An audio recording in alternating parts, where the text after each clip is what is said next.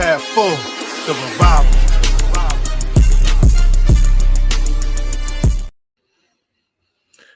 Well, what a pleasant surprise.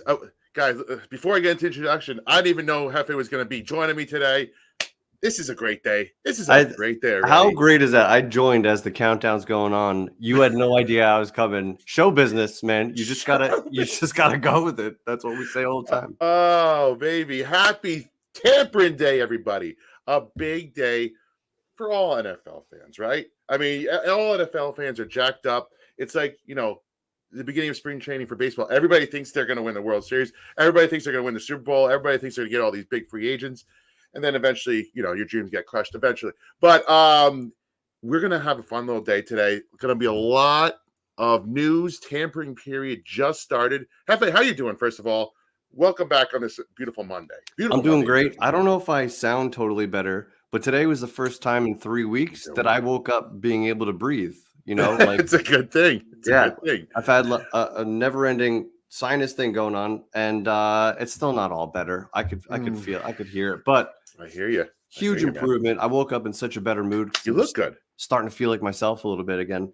That's because you get the St. Patty's, juice is flowing, and your Irish blood, it meshes well with that, and it makes you just feel better. It's like vitamin D for most of us. It's just you is like a green, Irish thing, St. Patty's thing. I get vitamin G. I keep the Guinness in an IV for all of March, right into the veins. Well, let's just get into it, Hefe. Listen, Bears expected to make a major push for DeAndre Swift. That's one of the first things I just saw right now. Interesting. Kind of takes them out of the Saquon market. It's going to be very interesting to see. Let's talk about our own here first, right? Right off the bat. Yeah. Saquon, percentages gone for you. What are you thinking? You're here in Philly. Does that make you throw up a little bit? Speaking about Green. Yeah. I'd say 80% gone. I think someone will be willing to give him 10 plus. Mm-hmm. And you could criticize Joe Shane a lot for some of the things he's done, but I actually like the way he's handled the Saquon situation. Mm-hmm. In the middle of 2022, when Saquon was our offense. He offered him a very good deal. 13.5 is what the reported number per year, which obviously looking back, he absolutely should have taken. But he wanted to hold out. I don't think he got good advice. We know how that went. That person's fired now. Yep. So, so I like how Joe Shane has handled this. He offered a fair deal in the middle of 22 when he was, 25, 26 years old. Now we're 2 years later. Now is not the time to give a 3-year deal. Listen, the Giants aren't going to be contenders this year. I'm still very excited about free agency and the draft and building this team, obviously. Yeah. But I don't see them being contenders. So why are you going to pay $10 million for a running back? Not just this year, but then he's on the books next year too. And now he's 29. He's getting closer and closer to that cliff for running backs. Mm-hmm. So I like the way Joe Shane has handled this. I think Saquon is going to go. It looks like maybe Houston, maybe Philly. And obviously, it would suck to see him in an Eagles uniform. Yeah. But at the end of the day, it's what the Giants need to do for the Giants. This is not about just this year. It's just so weird for me, because the Eagles never pay running backs. That's like their MO. We have a good offensive line. We don't need to pay big running backs. To you, does this feel like more of a desperation move for the Eagles, or is it like a stick it to the Giants kind of move?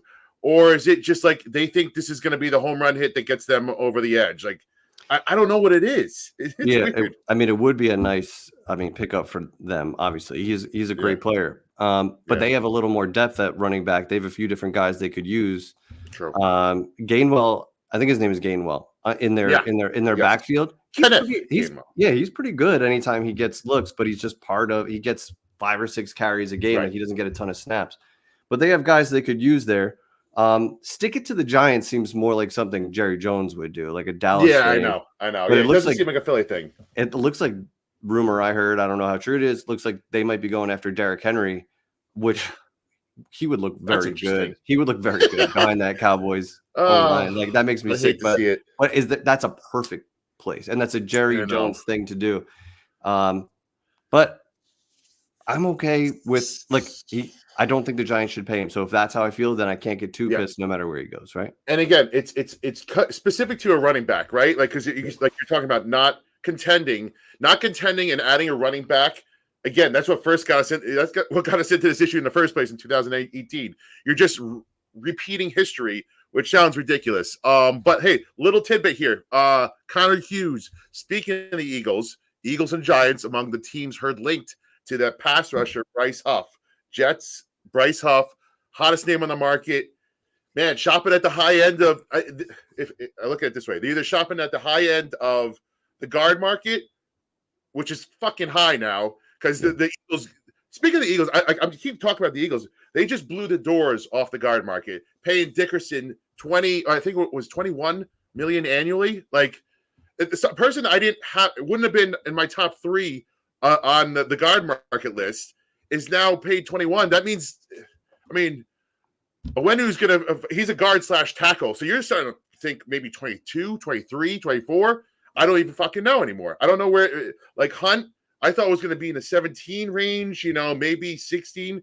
Now you start thinking he's at least 20 plus. It's like, holy shit. So I don't think we're going edge high end and guard high end now. Maybe Jonah Jackson makes sense. Maybe, I don't know. Like, you start to look for a second tier now at the guard and see. Doesn't it seem like the Giants are always just running uphill? Like the 1 year they need guards in free agency. In my mind, I'm like, all right, great, 8 to 10 million, get it. Right. Now it's blown open because there's no discounts for anybody. There's no such thing as a discount anymore. This is what you have to deal with free agency, man. And you're on the brink of an increase in the salary cap, which was maybe more than people expected. So every team has a little more flexibility. And if you're desperate for guard play, obviously they're going to draft at least one as well at some point. Right. But when you go to free agency, you're getting a proven commodity. This is not a projection. This guy has NFL tape. He has done it against NFL players. So that you're paying for that. You know that you're right. So this is the price to pay, man, for free agency. This is the price to pay for not drafting well. This is what you have to deal with now. Exactly right. Like a good, healthy team. When you got to pay a few players, right? And when you get the right quarterback, you got to pay him. But a lot of teams will draft well. Then when they're due for that big deal, a year or two before, you drafted a potential replacement to learn alongside them, build them up. And then you got as many good players, contributors that you can have on those rookie deals, cheap deals. You're gonna be in a position to make that splash, whether it's for a wide receiver or a running back, which are like luxury things to do. When you have to start with the trenches, you might have to pay up, but like the O-line has to solve it. Solve it. Just fucking solve it, bro. Like, I don't care. And again, this is the kind of player like the Robert Hunts and the Owenus of the world that I don't care if you go 4 years and push the money back. We're probably going to restructure it anyway after next year going forward. If this is a guy that you envision being here for 3 to 4 plus years, push that money back. Play with the contract later down the line and figure it out once you get past the Daniel Jones number this year. Because, again, I think we're both on the same page. We don't see an avenue to where he's back, barring a Pro Bowl plus playoffs type season from him, which, again, pie in the sky even for the DJ guys. But I don't know, man. So another name, real quick to bring it up, McKinney. I don't know what your chances there. Talking to the Green Bay Panthers. Talking to the Eagles, apparently, too. So I'm hoping more Green Bay than anything. Do we get last dibs in your mind? Gun to your head. Do we get last dibs? Does he come home and say, this is what I'm getting offered? Can you beat it? And then, I don't know. Do you think we get that chance? Yeah, I think on some level he probably wants to stay. Just there's a comfort thing. If he actually likes the organization and playing there in his house and home, and who knows about his circle. Soil. Yeah, exactly. So if he actually likes those things and he wants to stay on some level, then what I would do if I were him is go get other offers to drive my price up at home, right? And then best of both worlds. If I'm him, I'm thinking about spending my prime probably in a better situation. And so if the price keeps going higher, I don't think the Giants should bend over backwards for a free safety while a good player. I don't think they are the huge difference makers that a solid line could do on either side of the ball. Yeah. And to me, it comes down to, do you envision McKinney being an all-pro? Like, do you think he's one of the best safeties in the league? I know he's our 24-year-old homegrown safety, but there's a difference between paying top market because you think he's going to be one of the game changers at safety, which there's not a ton of game-changing talents at safety. You have to be elite. Like, do you envision McKinney being elite? For me, I envision him as a very good 24-year-old player, Pro Bowl level. You know, he can play. He's a mistake eraser per se. He doesn't allow big plays, but is he that game changer at safety? For me, no. I saw good flashes at the end of last year, that 5-game stretch. I've seen good flashes throughout his career, but to me, I never seen a like game wrecker at safety, and that's for me. If I'm paying 17 plus mil, that's what I want in my safety. And again, I love McKinney. Yeah. And as usual, the Giants are between a rock and a hard place as to what to do.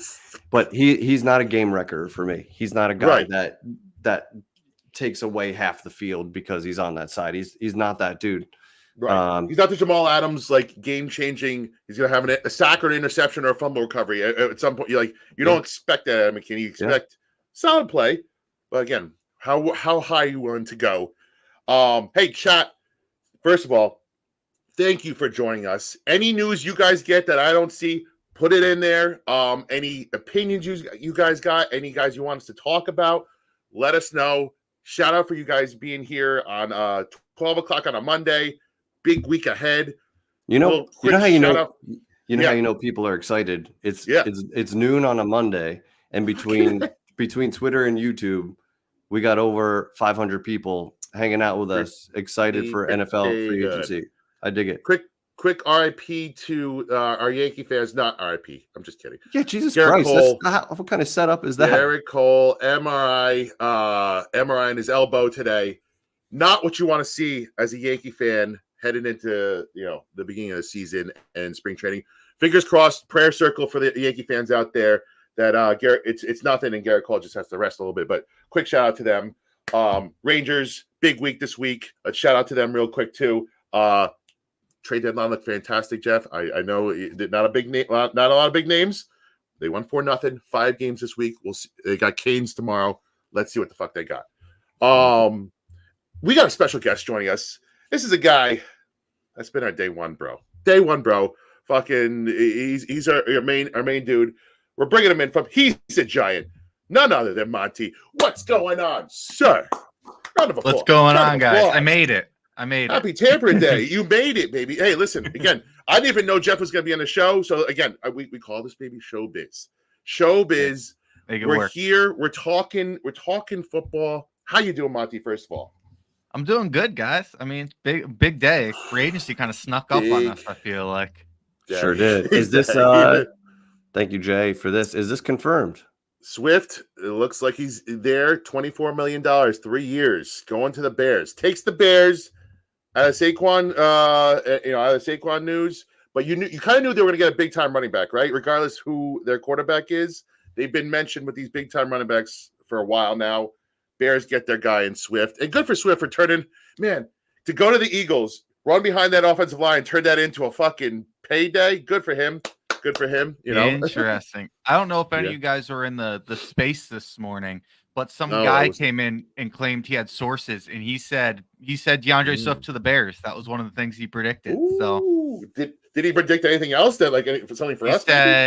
He said Xavier McKinney is being linked to Green Bay.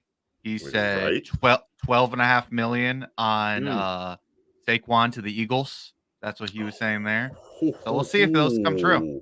He was also interesting. He's also been saying that the Giants are trying to trade for Brian Burns. We'll see. He got one. Let's see if he can keep it going. One for one. We're not naming sources here, but birdies have been singing that song for a little bit in that last couple of days around our I've parts heard that too. A little bit too. Just a little bit. There might be some. So in your mind, 39 for Burns and his contract. Is anybody saying no to that? Is anybody saying no to Brian? What's the number? 39. Pick number 39. He's averaging probably 30 plus mil a year. 25-year-old, about to be 26-year-old edge stud player. Is there anybody pissed off about it? I see Monty is wafering a little bit. Monty, give us your thoughts. I prefer 47 for sure. But yes. But no, I'd be cool with it. I mean, you know, I don't think it's the ideal time to trade for a guy like Brian Burns, but you know, like it can't always be the ideal time with stuff like this when Right. you know when big time young difference makers become available, you throw your hat in the ring and you see what happens. You have 2 seconds and you know, you can make a move like this. You're in position to try, you know, throw an offer like that out there. So to me, Hefe, you give me your thoughts real quick, and then I want to throw a scenario at you guys. Yeah, you're getting a prime position. You're getting a player in his prime, so you like it from that respect. I'm with Monty. Would much rather give up the next one in the second round. But again, you're getting a proven commodity. If you were going to draft an edge player and hope he's good, well, you got a great one now. You could just plug him in, and it's one less thing to worry about, except the salary cap. And I mean, think about it though too, because you're pairing him with Tibbs now, and you got Ojulari now as a third pass rush specialist. Take some snaps off him, maybe keep him healthy. That threesome is pretty awesome at edge, and it makes up for a lot of mistakes and what could be a weak secondary with McKinney leaving, you know, and Deontay Banks, and I don't know much else. And that's something I want to talk about. But like, if it comes down to it, you know, I think that it's a move you have to make. Again, you can't jump into a stock market and expect to know what's going to happen down the line. You just take a good stock when you get it, and you take a good player when you get it. He's going to be here in the future. He's going to be here theoretically for the next 4+ years. So when you have a chance to get a game changer like that, game wrecker, that's what I'm talking about. Where I'd rather spend the money, the 17 that you saved maybe on McKinney. I'd rather spend that, allocate that 17 to the 30 that he's going to get plus some, and then you've locked down that edge spot. So I mean, this okay. Is, so I want to talk. This is going to be constant. There's going to be a constant news cycle. I mean, that's what I'm praying for, baby. Any news you guys got? Shout it out. This is just reported. Nothing signed or anything, but Eagles and Giants are strongly linked to Bryce Huff as well. Yes. Do you have which guy would you prefer? Between Huff and Burns? Yeah. Huff and Burns. That's a cool band name. I like that. I mean, for me, Monty, I don't know about you, but the price for I'm guessing the price for Huff is going to be probably $5 to $10 million cheaper than Burns, right? Like, I think is that safe? Yeah, like I would say. I think I'm like thinking half. 10. Yeah. Oh, you think 15 for I think that McKinney might get more than Huff? In this scenario? Huff's been he hasn't been a full-time player. He's struggled a little bit in the run game. I think he's give or take a couple million from 15, I think. Okay. All right. So saying that, is there a name in your guys' mind that sticks out other than Bryce Huff at the edge spot that you want the Giants to talk to? Anybody in particular? Second level, first level, third level, throw them out. You guys tell me. I'm here to learn, guys. Okay. Actually, hold on. Let's play a game, Monty. How about this? Right. How about this? Let's play a game here. It's a new segment. We might run with this because I love it going forward. Did we just become best friends? It's the line from the great movie, Oscar-winning and well-acclaimed movie Step Brothers with our great friend Will Ferrell.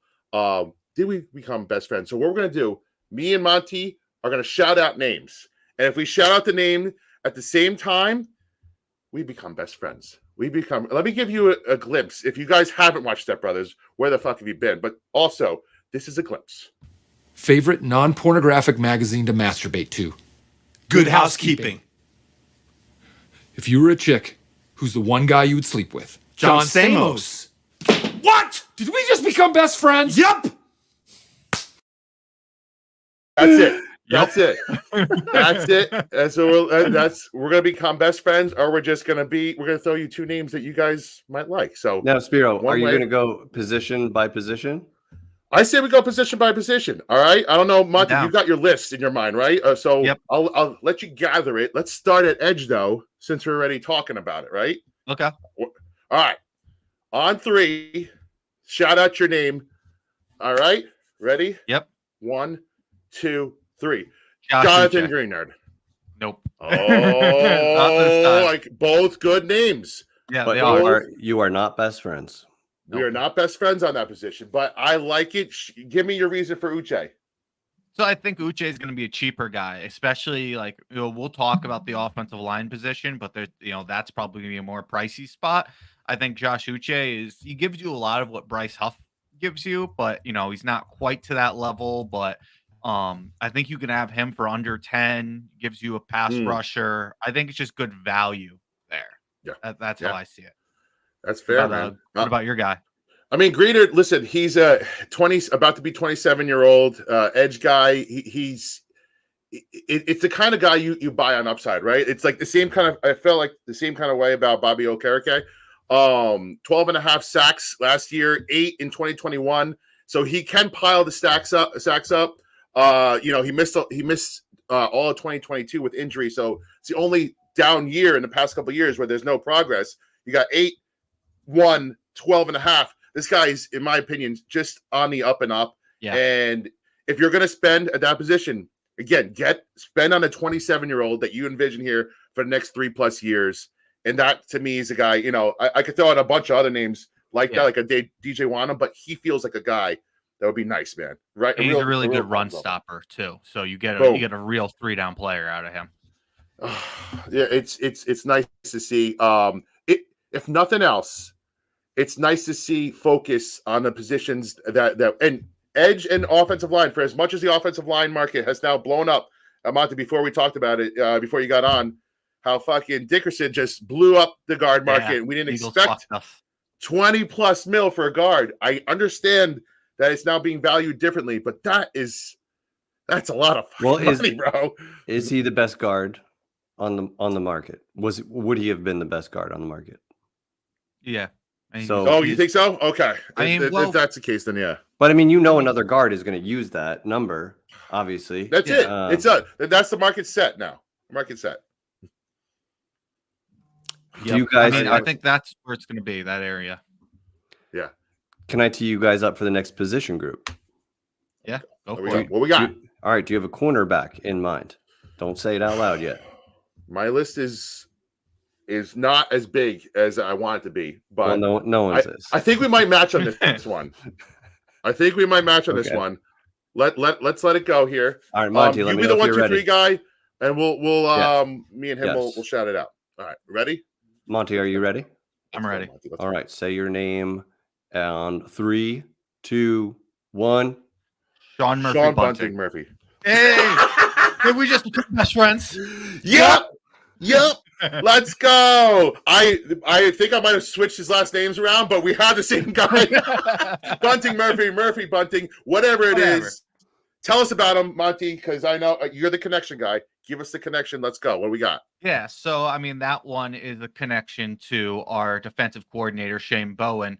The other name to look out for is Kristen Fulton, who is another cornerback from there, and he also was drafted by Ryan Cowden as part of our front office. There's like a double connection with him. But the reason I said Sean Murphy Bunting is he has inside-outside versatility. So I think that just brings a little bit more value. Kristen Fulton's like a purely outside guy. So that gives us a little bit more options. He was previously the Buccaneers. He didn't have the best year, but he's had a decent career so far, and he's still pretty young. So absolutely. I mean, listen, it's the kind of like not expensive name that we need at that spot, because if you're spending high on guard and edge, you're gonna have to take a little bit of a hit somewhere else, right?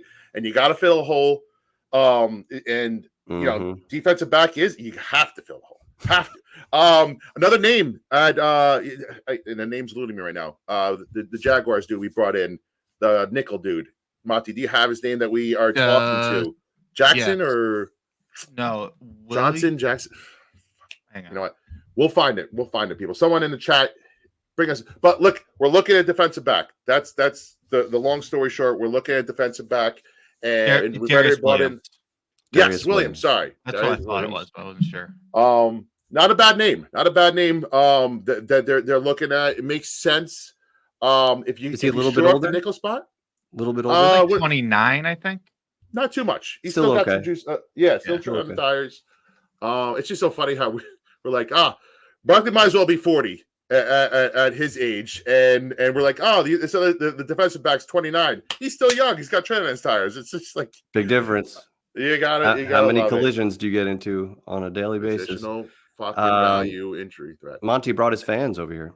Yeah, they know what they're talking about right here. He's the Giant. Shout out. Hey. Go check us out. I actually did a free agency episode on Friday where I listed every single free agent I could find that had a connection to either a Giant coach or front office member. It's like a 20-minute watch. So go check us out on YouTube. He's a Giant. Love to Good see stuff. And you joined also let's do a little promo. Ireland, huh? Let's do a little promo for us too. March 26th. He's the Giant guys are going to be joining us on a Tuesday night, March 26th. Sal, Monty, we're going to be talking heavy draft at that point. It's getting closer and closer. It'll be a month out at that point. We'll talk about the free agents. We're going to talk mostly about the draft, how the two will correlate. Is there anything that's going to happen today that's going to change your mind about how the draft looks? You know, a wide receiver signed, a running back signed, a quarterback backup. How much money do we spend on a potential backup quarterback? Does anything that we do change your mind here to give you a better vision? I think you nailed it with that last one. That's the first thing that came to my mind. The one thing that changed my mind is if we spend big on a backup quarterback, that's going to hurt my confidence that we are going to be drafting a quarterback at 6. So we'll see there.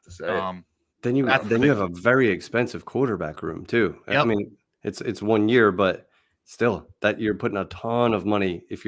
How much would you pay and for who? Like, did you have somebody in mind that they might pay decent bucks to? I mean, the connection that I have here that could be expensive is Ryan Tannehill. I don't know how much Ryan Tannehill would cost, but he's a proven veteran, and the connections are there. You have Tim Kelly, our tight end coach, who was over there. You have Ryan Cowden, who was he should know him very well. Yep. And Joe Shane drafted Ryan Tannehill when he was in Miami. Fun fact. So, fun fact. Lots of connections there. And what's funny about Ryan Tannehill is like a lot of time when we're like, what's Daniel Jones like high end look like? It's like many people mentioned Ryan Tannehill, so we would essentially be getting the better version, or what we could have thought was a better version of Daniel Jones in the same room. It wouldn't inspire a lot of confidence in the Giants fans. No, but it wouldn't. Nobody's getting excited about that. It would just be. So, if that happens, say we go get Ryan Tannehill, are you expecting more trade back so that you have more of an opportunity to use that pick theoretically the following year, or are you expecting wide receiver at that point? Because it's got to be one of the two, right? I don't envision really another avenue unless you're talking Joe Alt. Yeah, I think if they don't go quarterback, they're going to go after the blue chip wide receiver with the high pick. I don't think they are. I think they value being this high in the draft. I think they prefer valuing this high by going a quarterback. But I think if they don't, I think they're going to try to take a difference maker. Monty, what's your feel on this? Because we're about to find out in the next month and a half. Do you think the Giants have finally had honest conversations with themselves and they're like, all right, let's do this right this time?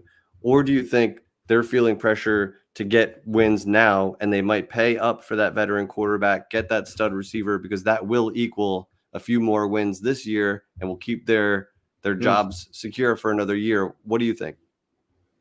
I think signs so far have pointed that they're being honest with themselves. I don't think you can let Saquon Barkley and Xavier McKinney hit open market and say we're going to compete this year. Like I don't think those two things doesn't jive.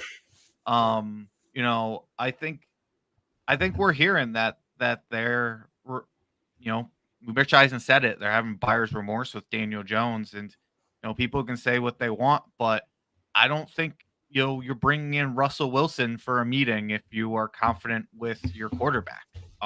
Whether that's from performance or an injury standpoint, he was not, coming to New Jersey under the pretense he was going to be a backup. I don't care what anyone says. And how does that conversation go? Like, we're going to bench our $40 million quarterback that we just signed, even if he's healthy, to, like, it's fucking awkward. And Russell Wilson is awkward to begin with. Yeah, might have avoided a little bit of a shit show, but that's what I'm saying. Like, so do you guys think it was an honest conversation, or do you think there was just like, let's see if the scenario works out for both of us? He's going to cost under $2 million. Why not do due diligence here, right? Like, to me, it was a due diligence move. See where he's at. Do you want to be part of this room? We're probably going to still draft a quarterback at 6. Like, in my mind, I'm hoping that's the way it went. And like, if he says yes, great. If he says no, nothing lost. The phone call's done, whatever. Yeah. I mean, I think that I don't think there was like a lot of promises made outside of it. Wasn't like we're not bringing you in to be a backup. Like, sure, maybe he still competes with Daniel Jones, right? But like, it's not like, nope, you're the backup no matter what type of thing, or we're not drafting a quarterback. I think they were going to bring him in. The idea was bringing him in with, you feel confident you're going to win this job. Like, it's going to go to the best player type of thing. And I think Russ would have only come here and signed up for that situation if he literally had no other options. But he still has enough value, obviously, where somebody was going to pick him up to be their starter. So he's not at that point of his career yet. No, bit of news, whether you guys cared about this or not. Deion Dawkins, as mentioned in the chat already, got paid by the Buffalo Bills. He's back there, staying there for 3 more years. Big tackle name off the market. And was he ever on the market? Did it really matter? Probably not. Or I guess this leads me to my next question. Is tackle a position of need for you guys? Do you envision the Giants going after tackle? Being that, I don't know if the numbers are going to be that much different now. Tackle to guard. Tackle is still going to get more, you assume. But if the numbers are close, what are you looking for there? Guard or tackle? Hefe, what do you think? What's important? Well, that's why like Owenwu is enticing, because he can play some tackle and it gives you a little more insurance there. Ideally, the Giants would just have players locked in and stop the revolving doors. And like Andrew Thomas has never played next to the same guard for 5 minutes. So like, it would be nice to have just secured positions, but I think they have to address guard first. I don't think you can give up on Evan Neal just yet. The guy is going into year 3. Hopefully this coach can get the best out of him. I don't think he is as bad as what he's shown. I think he's either a head case or he's had some terrible coaching. Either way, I don't think it's time to give up on him yet. So Owenwu would be a nice pickup because you're going to draft a guard, I think, at least a guard. So if you start him at guard and then you're developing the rookie, or you have some depth there, you could potentially move Owenwu to right tackle as needed. That's my thought. And our fearless leader has already given up on Evan Neal. We miss you, buddy. He's working today, everybody. So that's why part of our tripod is missing. We've supplanted one leg for another. We've got Monty to still prop us up. Monty is the best. Monty, listen, again, if you have to leave at any point, you just say, fuck you, Irish goodbye us. I'll let you know. But listen, so news, trickling in right now. I don't see too much out there. So let's go hit another position about, did we just become best friends? What do you guys think? I don't know. Do we want to go with the position of the hour, offensive line? Do we just go right there and just talk about our favorite guy? I don't know do we want to do let's have a conversation here. Do we want to do our favorite guy or who we think the Giants are going to end up picking? That's because those are two different things possible. Because I think those are different answers for me. Yeah, right. All right. So let's settle on who we want the Giants. He is revival. He's a Giant. He wears many hats. Monty wears many hats, and he's doing his thing on. Actually, first of all, plug yourself. First and foremost, plug yourself. Plug your show. Tell us about what you're doing right now. Plug yourself, Monty. Plug yourself, bro. Plug yourself. All right. So I do He's the Giant with Sal. You can find him on Twitter at Queens_guy. And we are an NFL Draft Giants podcast. We do year-round, college football / draft content, but we also try to bring like a team building aspect, talking free agency, coaching, all of that underneath it. That's it. Follow us there on Twitter. He's a Giants Pod. Follow us. He's a Giant on YouTube. We're on Spotify, Apple Podcasts. All the good stuff. Every Thursday/Friday. Depends if we do it live or not, but we're out every single week. So beautiful. Check us beautiful. out. It'll be good content moving up. This is your prime time. This is it, man. People, this is like your Super Bowl week, Super Bowl month right here. It's honestly where I go for information on whether it's college players or free agents. It's a phenomenal thing for Giants fans to learn more and get in the weeds about players that could become Giants.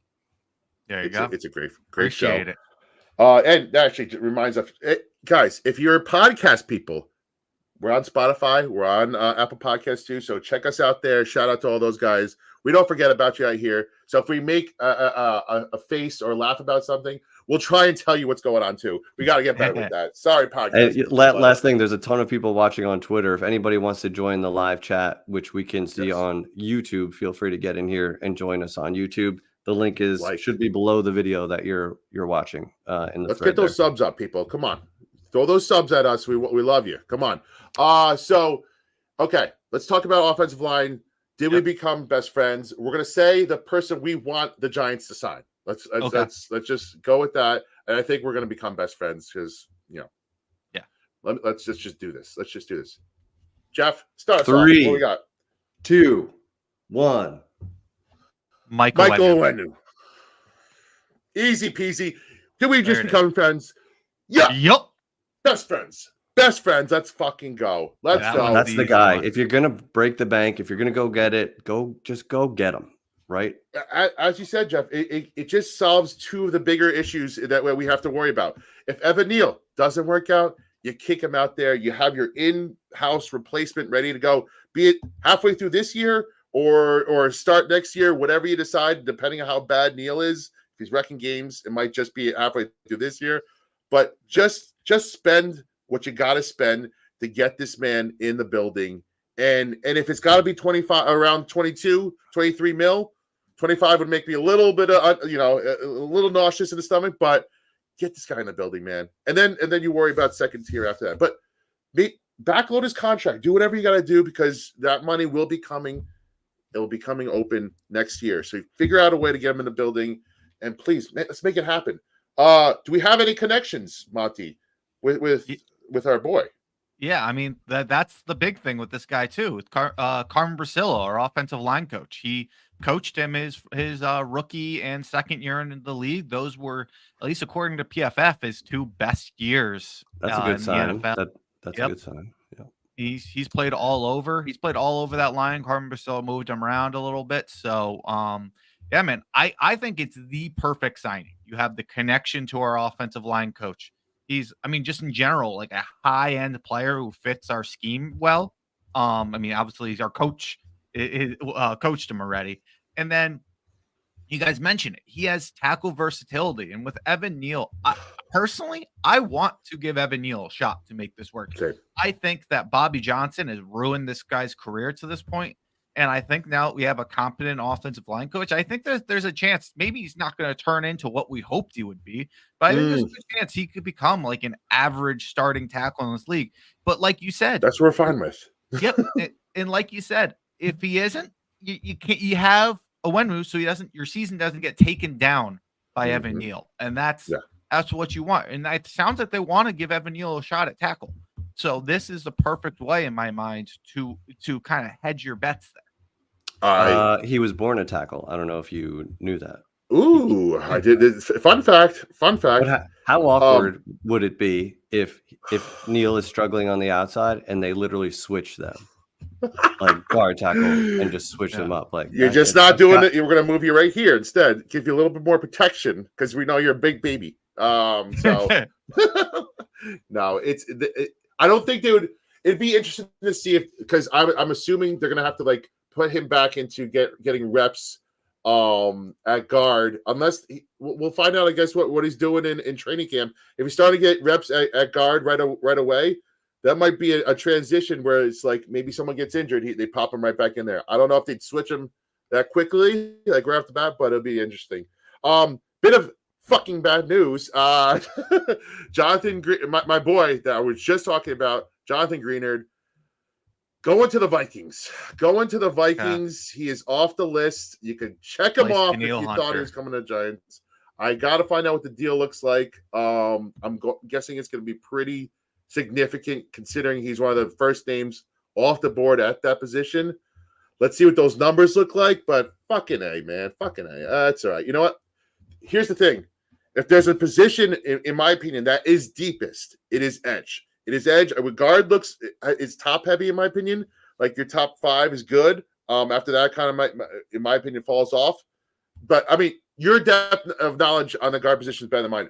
For me, edge, I have my list is about 15 players deep. And it depends on what you're looking for, right? Like as an older vet, there's still the Randy Gregory's if you want to take that road. So Darius Smith, Leonard Floyd's, those names are out there. There's the Danielle Hunters, Carl Lawson's, Aquara's, then there's the up and comers, the Chase Young. I don't know where to put Chase Young in this conversation because he's still a name more than production. He's like Clowney in my mind, like a guy that just hasn't gotten to that next level. But where does the NFL team, where does he stack up in the NFL team's minds? What kind of money is he going to get? Because Chase Young's a guy I'd love to take a chance on if the number isn't abnormal, like if it's not out of this world. And I think being that the market for edge rushers is as stacked as it is, I think you might be able to get a bargain there. I don't know. DJ Wanham, another name for me. Gross Matos. Epineza is a connection we have with the Bills. So I could go on and on. That's about 15 names deep, and that's why the Greener news pissed me off. But there's a lot of meat on that bone. Let's go get somebody. Quick side update from Dunleavy. He's hearing the Giants. McKinney was seeking more than top 5 safety money, which is kind of what we expected. He's going to take advantage of becoming a free agent, but that looks to be north of $16 million a year. And if someone else is willing to pay that, then I don't think it should be the Giants. Like I'd rather go broke on edge or O-line. That's where I'm at. Yeah, I don't disagree with that at all. Sounds like possibly Tony Pollard to the Titans. Yeah, that's a lot of noise about that. Yeah, that is a very interesting one. Good riddance. Go to get out of the NFC East. I like Tony Pollard, the player. There were rumors that he was going to be a Giants guy name that he might have liked, that they might have liked to replace Saquon. But if you're spending big money at one at that position, I don't know how much less is he going to be than Saquon. You're either spending big at that position or not. And if you decide not to pay Saquon, don't spend big in my mind. Right. Right. Don't get rid of Odell and then pay Golden Tate. Right. Yeah. Don't do that. Yes.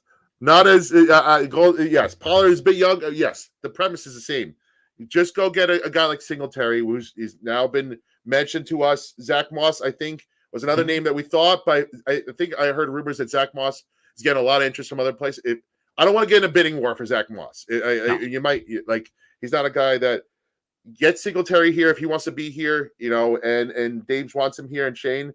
That's a name that makes sense for me. And I don't know. I guess if we did the we're going to become best friends on running back, I feel like that's a name that we would have matched on there, Monty.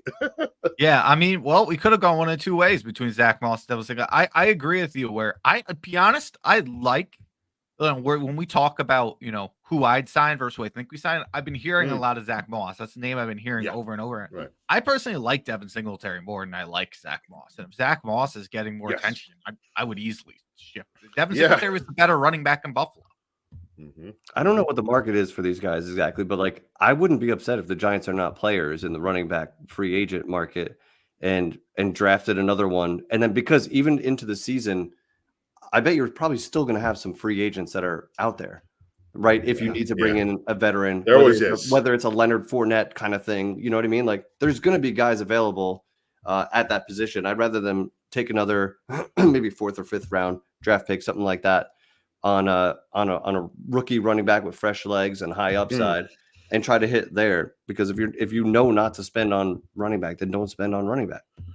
A name I would throw out to you guys that again. Take it for, I don't know what his price would be, but a guy like J.K. Dobbins to me would be like a nice little, if his number's not high, do a 1-year deal with him, help me, help you kind of deal. You get you still draft a running back in the third or fourth, whatever round if it lines up, but a name that you could take he's got high end potential. You take a chance on him. Hopefully, he wants to rebuild his value.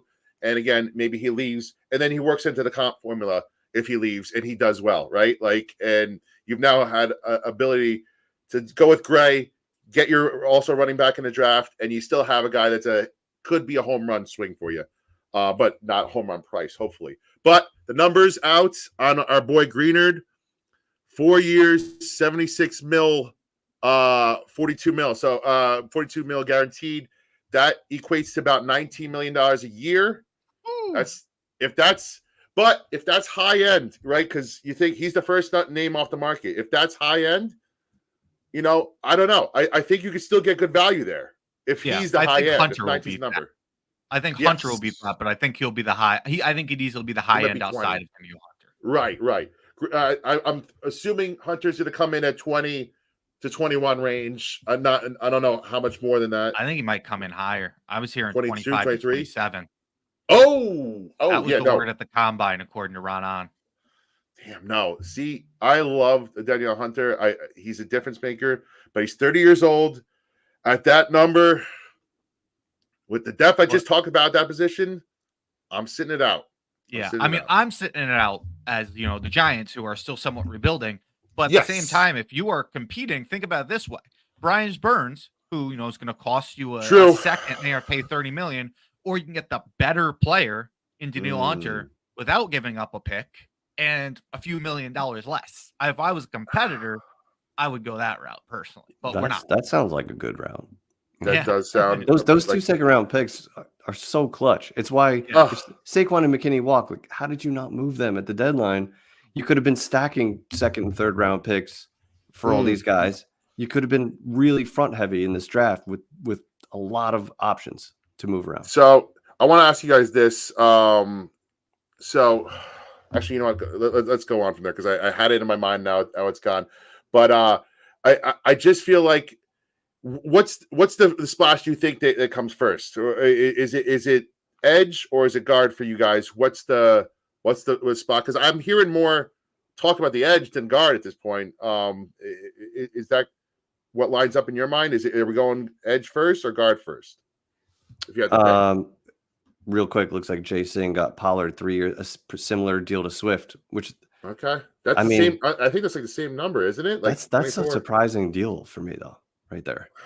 Swift, I think is a more talented running back and was a product of being in a really good situation, but he also got very quiet down the stretch. Damn. So dude, I'm surprised any of these guys are getting these deals. That's $8 so that's $8 million. Where's Saquon gonna stack up against that? He's gonna warrant 10 plus for sure. 10 plus, yeah. And that's just I think this is the neighborhood we were probably offering for Saquon. It's probably about this Pollard Swift area, I think. Do you think call it 9? Yeah. Would you want Saquon at that same deal, 3 for 24? I wouldn't have a problem with it, yeah. But no, not really. I'd rather invest my money elsewhere and go deal hunting on these running backs. It hasn't helped us by having a good running back and a bad line though this far. Exactly. That's where I'm at too. Just a heads up, I got like 5 more minutes. You guys feel free to keep cooking. Monty's got to leave too, so you Monty... I'm similar timeline. So okay, perfect. I might keep cooking, depending on what's going on around here. There's not a ton of new news coming out. I just don't know, man. These markets are tricky. Is there a world where the Giants go top of the market hunting at wide receiver for Calvin Ridley? Can you see it? Or T. Higgins apparently wants to be traded. T. Higgins is going to cost 2 and the big money. That's that's what's going to hurt. So I'll make my case for Calvin Ridley because I've been making the case, let's go for the last week or so. Monty's got these connections. Go ahead, tell the connections. Calvin Ridley does have a connection. Calvin Ridley was coached by Brian Dable at Alabama. He was the top receiver there in that national championship team. He is a little bit older. I know a lot of people point that out. He's 29 now, but I think 2 things to keep in mind. He came into the NFL at an older age. I think he got drafted at 24 years old. Right. And he's sat out basically 2 years now. So that and not because of injury, he's just sat out for like suspension and mental health or whatever it was. I feel like those two were related, but regardless, yes. So you get 2 more years, and then I think when I'm looking at it is you got a guy like Darren Waller who is considering retirement right now, and to me, like you can't go into next year with planning on him being your top weapon. There's no reason to cut Darren Waller yet, but if I can go get a Calvin Ridley, I would correspond that with a cut of Waller and be like, I can't wait on you, so see ya. And then you even could you could even let go of like a Darius Slayton if you wanted to that case. You basically would cover the at least the first year of a Ridley contract. And then with the money you're saving on a futures at Darren Waller, because he's like 16 a year moving forward, that's covering most of that. Like you could basically correspond like the change out there. And I think Ridley would be a fantastic fit for this offense. He's that, that separator, that route runner. He's like, if you look at his, check out Matt Harmon's reception perception. You look at his success by route, that thing's green all over because he's still got it on every route. So I think he would, you can get like a low end wide receiver 1 with Calvin Ridley. And I don't think he's going to break the bank. I think 16 to 18 million, which is still expensive, but I don't think that's outrageous. It's a name I didn't have really on my radar for whatever reason. I just didn't think we'd spend big there for whatever reason, but now it's starting to come back around, especially with, like you said, in light of the Waller news, if they can get the Ridley. And does that change their draft strategy if they go get a Ridley? Do you basically check off wide receiver at 6 at that point? Like, is the right? Or because it's a deep wide receiver draft, but do you have to shop at 6 to get one of the stars? Would that take it off for you? Did it change the draft strategy?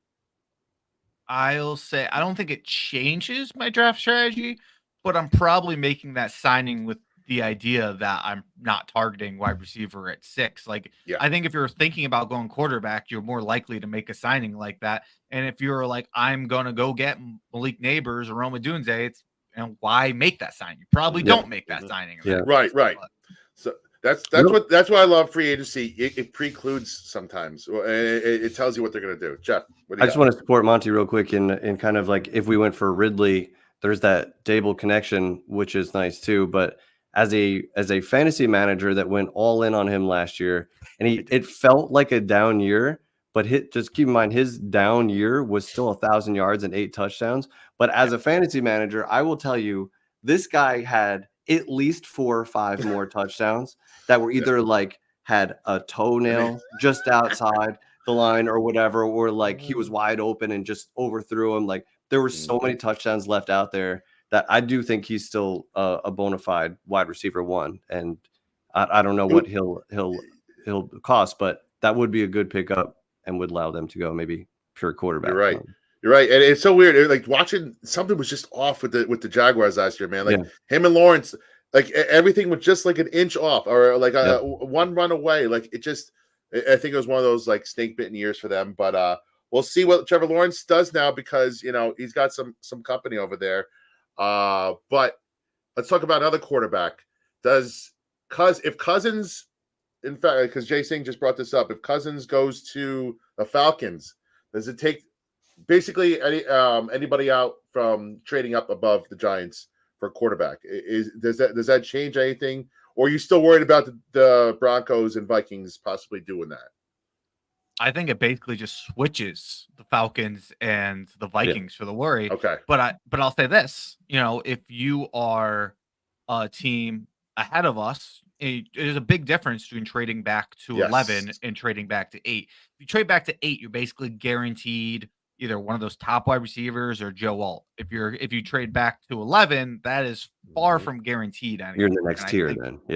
Yeah. So I do think like, especially if it's like the Patriots moving out, I don't think they're going to want to go back that far. That's too big. Maybe the Chargers would be like, I can still get Brock Bowers, so whatever, or something like that. But I don't know. Like, depends. Very true. Rossini's now confirming that, the Giants and Vikings both had interest in Tony Pollard. So still kind of head scratching. I guess for $8 million, you do hopefully it's just due diligence. You're checking what his price is. Maybe you offered him 6, he took 8 kind of deal. I hope that that's the case. I wouldn't cry too much about a Tony Pollard signing at 6 if that was the number. Like, you have a potential really good running back at that number.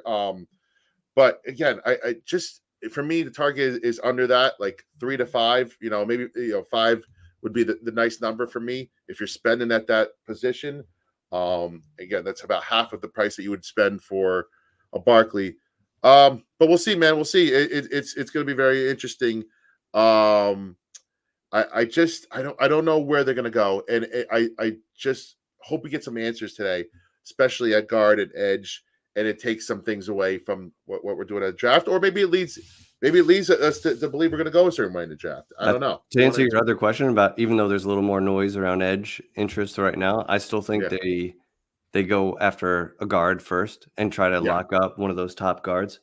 I agree. I think they must have ended last season being like, there is one priority right now. You know what I mean? Like, you just can't function like that. So I'm hoping that's the way they go, but they could be spinning both plates at the same time and just working out numbers or offers or whatever the case. But I do have to boogie right now. But I'm glad I was able to join. I got like almost an hour in. I didn't expect to be able to. So I'm happy too, guys. Who cares I'm happy about I saw both of you guys. About work at a time like that? It's a big day. I listen. The fact that I got you guys both here today is fantastic. I'm gonna probably hang around for a little bit more, but if you guys got a dip, dip, and we will we'll hopefully see you guys again soon. If not, at the very least, March 26th, he's a Giant. They're coming, baby. They're coming on down. We're gonna have a great time, and we're gonna be talking draft with Sal and Monty. So definitely can't wait for that, guys. So make sure you guys see that, subscribe, like, so you get the notification, because you don't want to miss that one.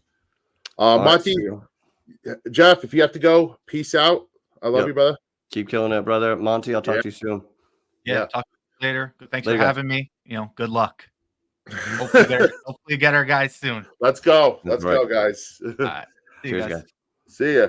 All right, everybody. If you guys have questions, please let me know. Obviously, it seems that again, the Giants were not willing to go up that to even $8 million for a running back. I think they're going to keep shooting their shot, see if somebody falls. My running back list right now, like I said, J.K. Dobbins is somebody that I could see happening. It's stacked. It's got Derrick Henry, rumored to go to the Cowboys. We'll see which way they pivot now at running back. Tony Pollard gone. Josh Jacobs, Eckler, Alexander Madison, who just was let go by the Minnesota Vikings. Rashad Penny's a guy that has had success in the NFL before. Do you take a shot on him? Antonio Gibson, another name that's like second tier, third tier even. Are you gonna spend money there? If they're worth $2 billion, $3 million, in my mind, I'm still going for it, because you need some veteran in there. You need somebody to take the carries. I'm not putting it all on Eric Gray and potentially a rookie running back. That's just going to put whoever is at quarterback, be it, I know you don't want to say it, but be it Daniel Jones, be it a rookie quarterback, be it whoever, a veteran that is signed. You got to give them somebody to mess around with in the backfield, right? Because if it's bare over there, it's just going to be that much more complicated, especially if you don't get a big time wide receiver. It's like, what weapons are you messing around with? Speaking of weapons, the Darren Waller situation, man, I'd love to figure out what the hell's going through his mind. I love to figure out what's going through the Giants' mind, because I understand the money is going to be no different whether he retires or it's a cut at some point. But to me, it's like, why not use that money that is now free if you cut him, as opposed to waiting around to see, maybe you miss on a guy that you could have gotten if you are assured that you had Darren Waller's money. I don't know what you guys think in the chat. Does it matter to you? The fact that he's wavering this far into, it's not too close to the season, but like the more time that goes by, the more months that go by, if you're still wavering, you're not you're not all in on football, and you need to be all in on football if you're going to go through a full 17-game season, or in Darren Waller's case, maybe a 10-game season. Who knows? Because he's always injured. Then you're not all in. You're thinking about your other career. You're thinking about the West Coast. You're thinking about other things. Cut ties. And I know it's probably a little bit of a pride thing for Shane. You just spent the third rounder on him. In my mind, I still do the deal. It was worth the risk. If the premise was you were going all in on Daniel Jones, taking a home run swing like a late third rounder on Darren Waller, who was a game changer. Totally understand that. But it'll be interesting to see if that money is needed. Is it Dex restructuring needed? Is an Andrew Thomas restructuring needed? I'll be interested to see if any of those things have to happen in order to get their guys, or before I like bad press has come out about the Daniel Jones. Not bad press. Bad news has come about for the Daniel Jones contract.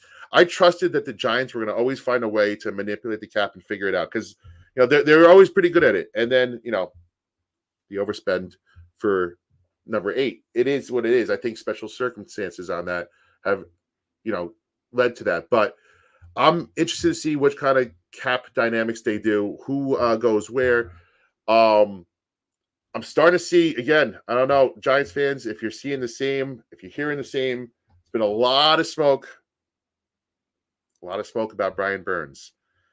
For me, as a also Florida State fan, like I said, the 26-year-old still in the prime of his career. Yes, he hasn't had all the double-digit sack seasons that you want to see for these premier $30 million edges. But he's had 9 sacks 2 years. He had 8 sacks another year.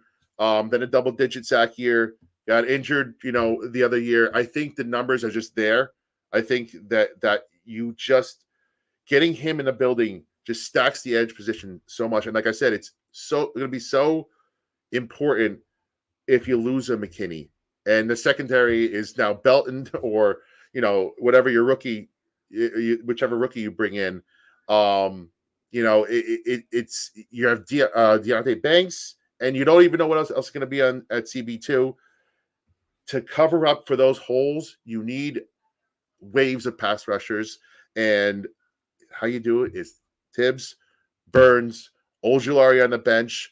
I do wonder what we're going to do at defensive line. For me, an underrated position of need.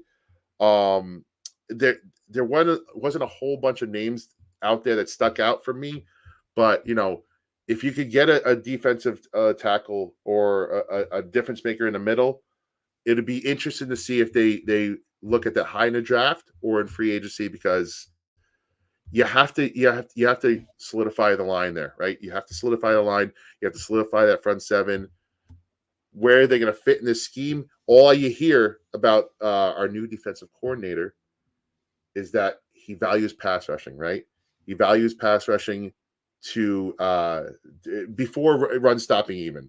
So we'll see what happens there and what kind of names they're going to.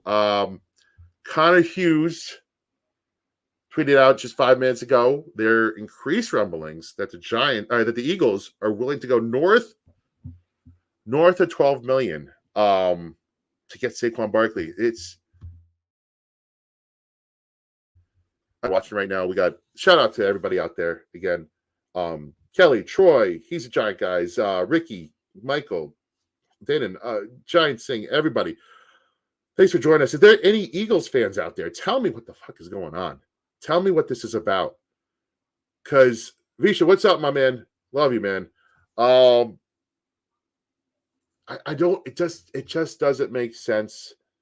It doesn't make sense at all to me, because the Eagles have never been this.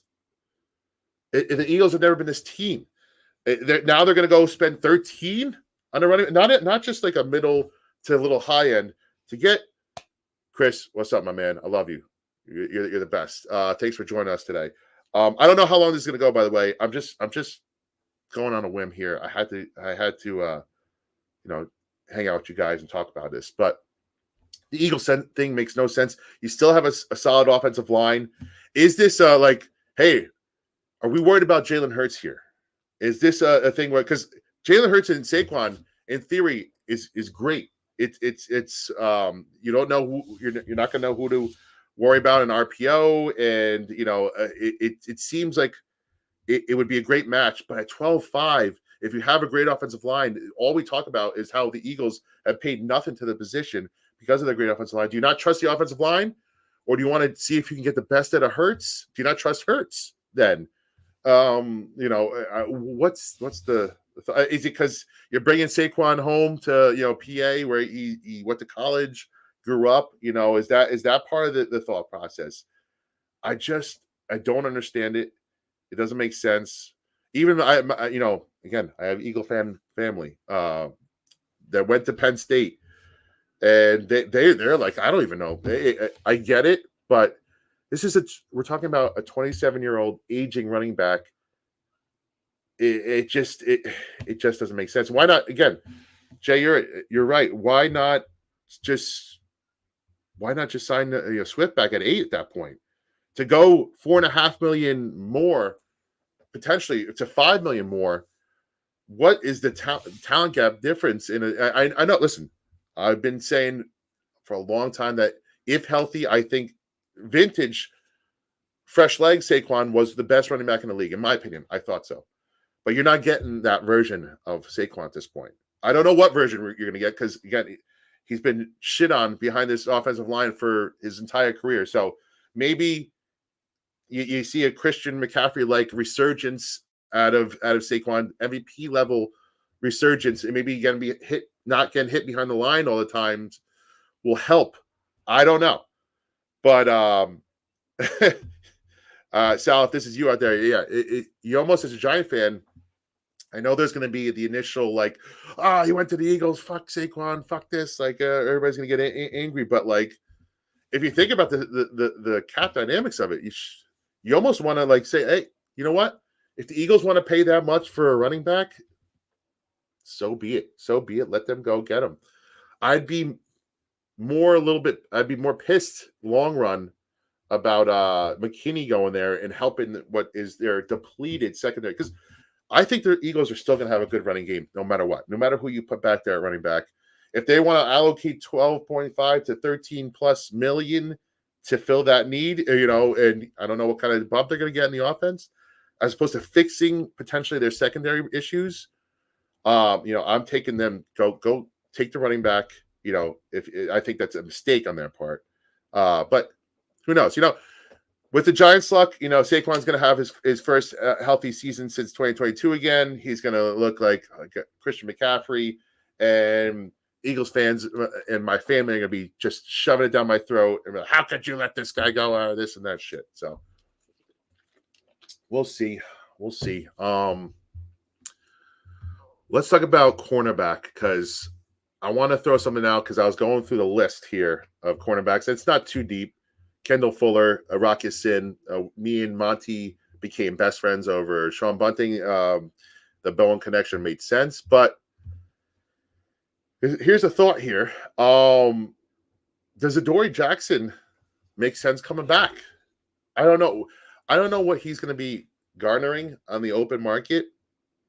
And again, maybe someone could talk to this better, could speak to this better than me.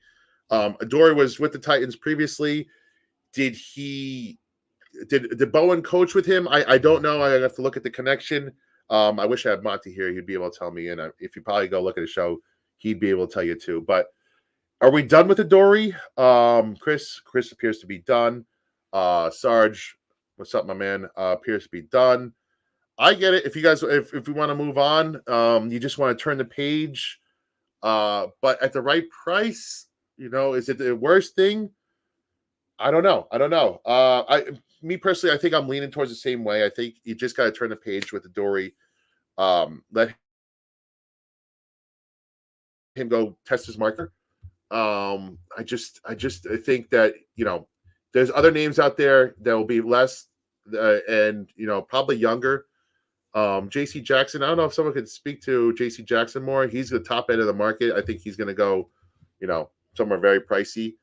Not shopping at the high end of this cornerback market, to be honest with you. And I'll sit that one out and see what the second level to possibly third level looks like.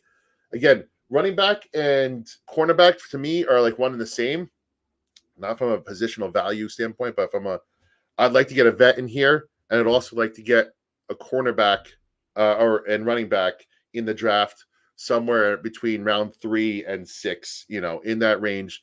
Develop this young talent so you could, in theory, let your running back go, let your cornerback go. Shut up, Siri. I said in theory. Chill out, bro. You develop, you draft, you develop, you let these guys go after 1 year, and it counts for that comp formula. And I'm going to be talking about comp formula a lot here because I know people are pissed off that about the Saquon, how Saquon thing went down. I get it that we didn't trade Saquon at the deadline, but it'll be very dependent on what we do in free agency to decide, what we get in the comp formula for a Saquon and a McKinney. If Saquon gets this big deal, it actually works out better for the Giants in the comp formula, and there might be a world where we get a third round pick with these two guys leaving. Whereas if we traded Saquon, I don't know what we would have got deadline. Everybody keeps saying that we should have done it. We should have done it. Yeah, you should have done it. But how much were we getting offered? Were we getting offered a 4th round pick? Or were we getting offered a 5th round pick? Or a 3rd round pick? Or a 2nd round pick? I don't know. I don't think I've seen concrete numbers out there. If you guys can tell me that there's concrete numbers out there, I'll stick a fucking shoe in my mouth and say, I'm wrong. But McKinney, I don't know what the offers were. I don't know if the Giants really want to sign him back and thought they had a good chance. And then, as time progressed and he balled out in those last 5 games, they started regretting it because you're like, oh, shit, now that number's going skyrocketing. And he's now worked himself. I don't know if he didn't have that last 5 game stretch, if he'd be shopping at the top end of this safety market.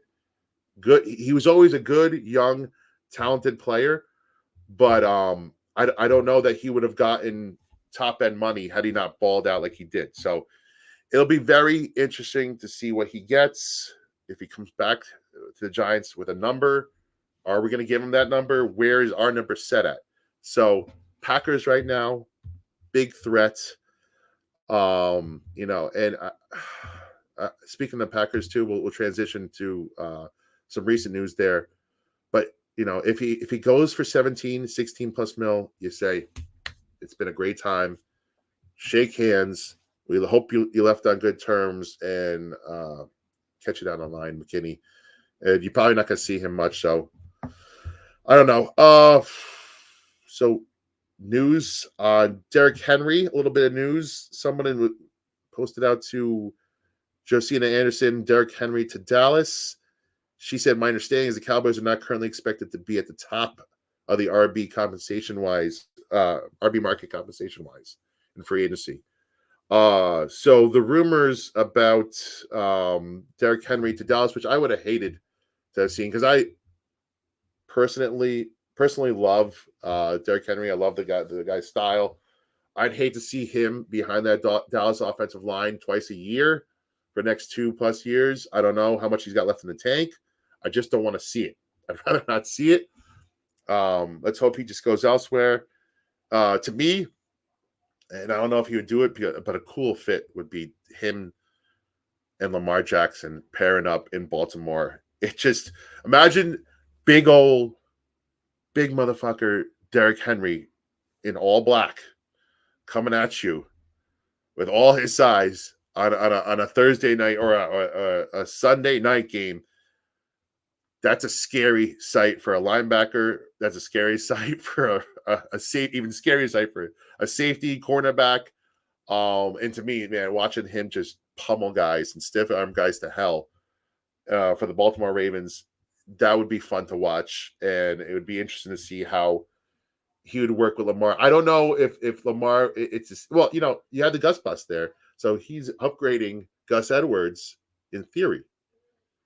I would think that would be a pretty dope combination. Would love to see Derrick Henry in Baltimore. We'll see where he ends up. Diana says Giants were interested. Yeah, I just don't get the Tony Pollard to the Giants thing. To me, I've been sticking up for Shane in this whole scenario between Daniel Jones, between Saquon. I think he, as a second-year GM, he was put between a rock and a hard place because of the winning, because of Saquon and Daniel Jones staying healthy for the first time in their career, second time in their careers. The perfect storm of he needed to do what he did. He could have tagged Jones, and could have signed Barkley, could have went differently. But I think I defended him all the way. But now he's making the right decision on Barkley. I do believe that. Not paying an aging, injury-prone running back.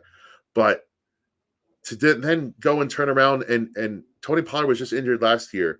He has no history of carrying the load. And then being interested at Tony Pollard, I don't know how that makes sense. It would definitely raise a little bit of a red flag for me for Joe Shane. I'm thinking you're doing rebuild, or I'm thinking you're trying to go more cost effective at the position. To only take a $4 million cut at that position changes how I think about it. So we'll see. Tony Pollard out. Let's see. Someone brought up T. Higgins. Yeah, to me, I love T. Higgins. He would look great in Giants blue. But for a second, and what he's going to cost on top of that, give me a Calvin Ridley for less money than T. Higgins is going to cost, and without having to trade the second round pick for him. So, yeah, I love T. Higgins. It's just too pricey for me, especially given the depth of this wide receiver draft. It is stacked to the point where I think it's almost a certainty if we don't go wide receiver at 6, the New York Giants do. You're seeing a pick at 39 or 47, almost guaranteed. And you should get your alpha wide receiver that could be even as good, if not better, than a T. Higgins, a Leggett from South Carolina, or you could get your T. Higgins for a fraction of the cost and that second round pick, as opposed to trading the second round pick that you would have spent on that wide receiver and then having to pay T whatever he's going to cost on a market, 25 plus. No. I'm out on that. It's just, and again, Ayuk's probably going to be the same kind of deal. I love Ayuk, but if he's going to cost a second, I just don't see it. Okay, Jaguars signing. Speaking of wide receivers, Gabe Davis, 3 years. Another one. I feel like every time a Buffalo Bill or former Buffalo Bill that's shitty comes into free agency, everybody just, I don't know if it's even a joke anymore, or they're just trolling. Like, oh, Giants are going to be all over this. Giants are going to be all over. Gabe Davis to the Giants never fucking made sense. It never made sense. You essentially have that same kind of player, the boomer bust guy in Darius Slayton already. Why would we go out and spend all the money it's going to take for Gabe Davis 3 years, again, with a loaded wide receiver market? Like, let's stop. That shit was dumb in the first place. It wasn't going to happen. And again, everybody was like, Mitchell Trubisky, oh, he's definitely going to be a Giant. Say goodbye to the Giants picking a quarterback at 6. Guys, stop being lazy. Stop being lazy. He's like, these things didn't make sense, and even to the extent Leslie Frazier, which I would have understood the Leslie Frazier thing, but like, everybody's like, well, we know this is going to happen. He was a Buffalo Bill. Leslie Frazier, he left that Buffalo Bills staff. There was never really a connection to Dable, other than, yes, they were on the same team, coaching on the same. But there wasn't like, Dable's going to hire Leslie Frazier automatically. Let's stop being lazy. Let's look more into things. And I think that if nothing else, we should give Dable and Shane a little bit of credit in that sense, and that they're not always going to do what you think they're going to do, right? They're going to do what's best for them and for the team. It doesn't matter about connections. Wink wasn't a connection to Dable. Kafka wasn't. All these names, Bowen wasn't. You can't just assume the Giants are going to do something because of connections and all that shit. So, let's see. Any more news we got? So Gabe Davis out of the free agent market. I'll say it again, was never a fan of that. Even if it made sense. Good for the Jaguars for beefing up. They got Kirk and Gabe Davis now. I guess that's a decent wide receiver group, but for me it doesn't move the needle at all. It doesn't move the needle at all for me. I saw something else here somewhere in the chat, and you guys could talk to me about Armstrong from Dallas to the Commanders. Who said that? Chris. Man, stacking up. Commanders just know that's where their bread is buttered, man. I guess they just love having fearsome, defensive tackle combo. I don't. It didn't really do much for their defense, so I have to question why they keep they keep saying that they're gonna keep doing the defensive tackle thing. Their defense was not good with Payne and Allen in the middle for how many years now. Don't get it. Didn't really particularly stop the run amazingly well, considering the defensive tackle market. They got after the passer, but I don't know, man. I'm not a big positional value guy, but if you're spending big, I don't know if going tackle is where you go on the defensive line. Very interesting to see.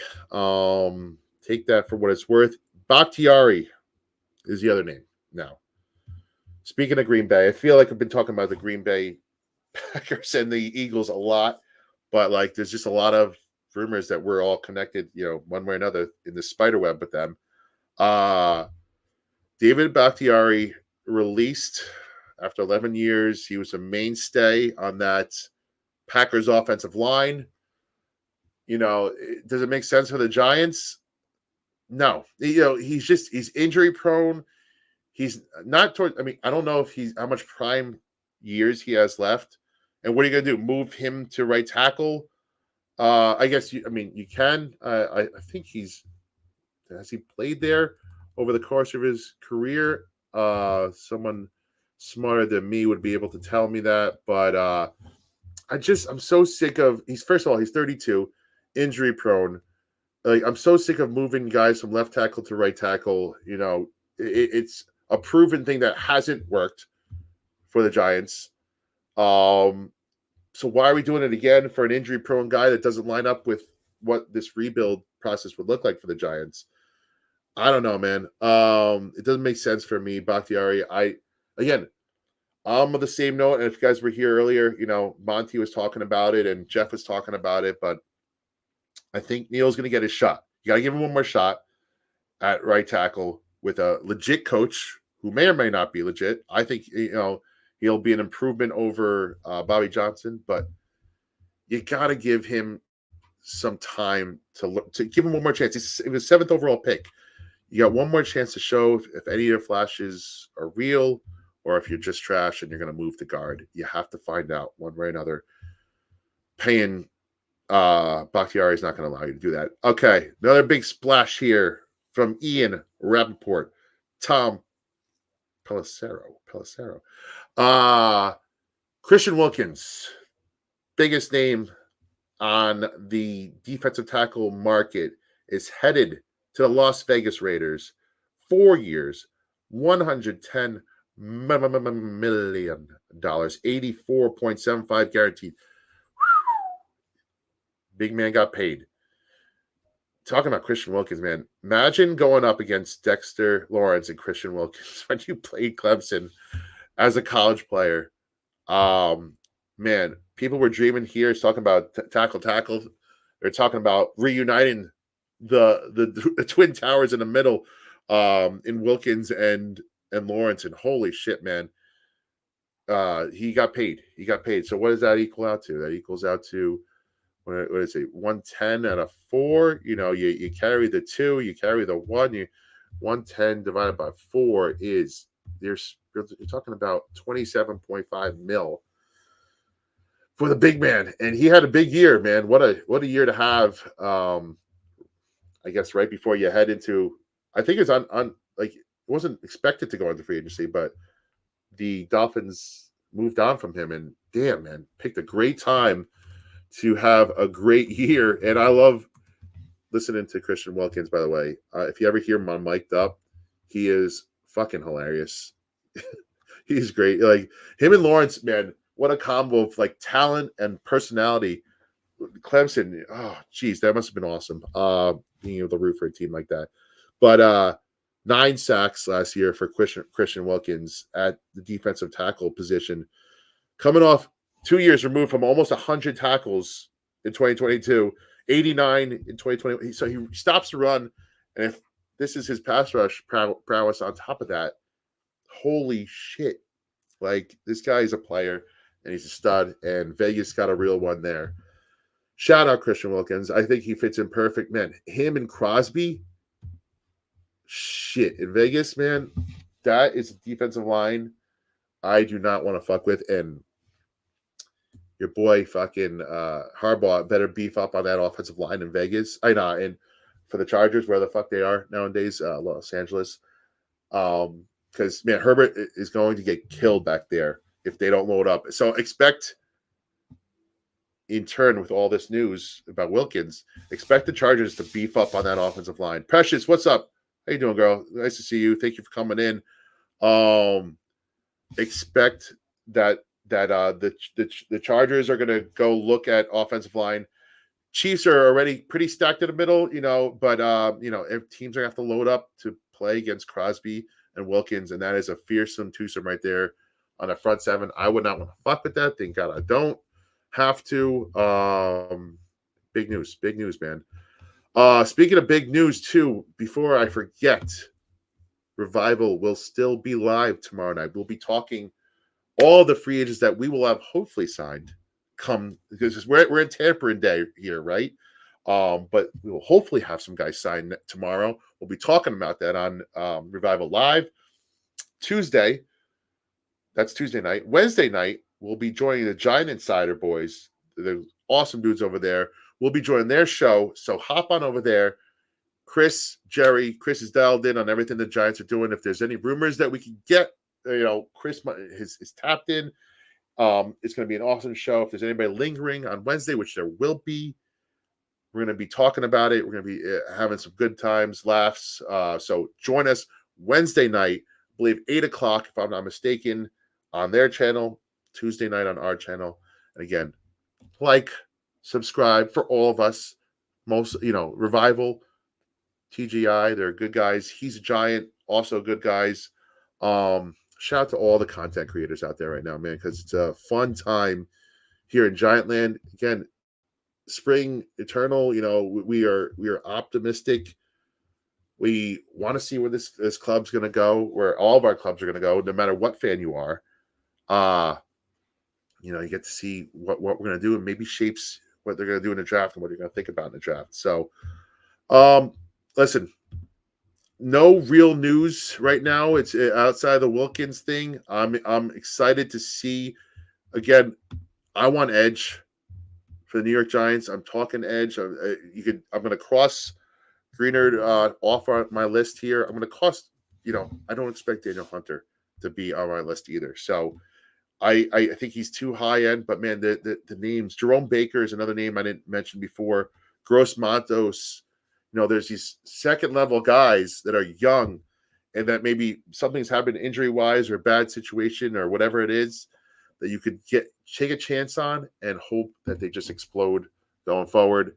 And that's the guy that I need to have in Giants Blue, opposite of Tibbs, because we've been dealing with Tibbs having Ojulari on the other side, right? And Ojulari has been healthy. So Tibbs is a rookie, a second-year player who ended up with 12.5 sacks last year with no real help on the other side, getting all the attention. So make Ojulari the third edge. Sign your big name guy, and hopefully you're taking him away from the Eagles too, because the Eagles are in on the edge position. And if you get a guy like Huff, you take him away from the Eagles. it's a twofold kind of thing where it improves your team and it stops the Eagles from improving their team. We'll see. I think that's where you have to hit. It's going to be edge. It's going to be tackle. Edge and guard, and that's where it's going to be at for us. Again, I'm going to go to bat for my guy though, DJ Wanham from Minnesota.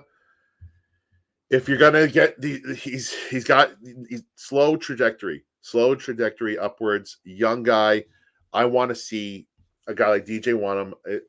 I want to see him take a chance on him and sign him to a long deal. He's a Bobby Okereke kind of guy, and just scratching the surface, athletic talent through the roof.